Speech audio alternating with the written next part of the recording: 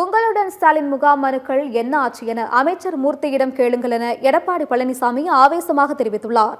மதுரையில் சுற்றுப்பயணம் மேற்கொண்டுள்ள அதிமுக பொதுச் செயலாளர் எடப்பாடி பழனிசாமி மேலூர் பேருந்து நிலையம் அருகே மக்கள் மத்தியில் உரையாற்றினார்.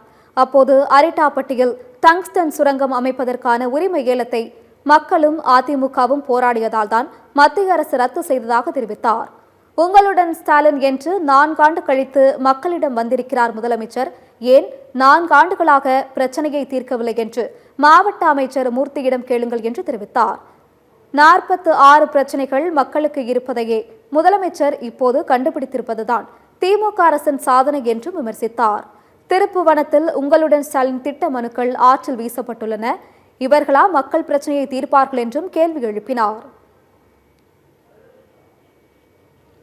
வாங்கின மனு எல்லாம் அங்க வடகடையில வடை கட்டி வித்துட்டு இருக்கிறாங்க. வலைதளத்தில் வந்த செய்தி.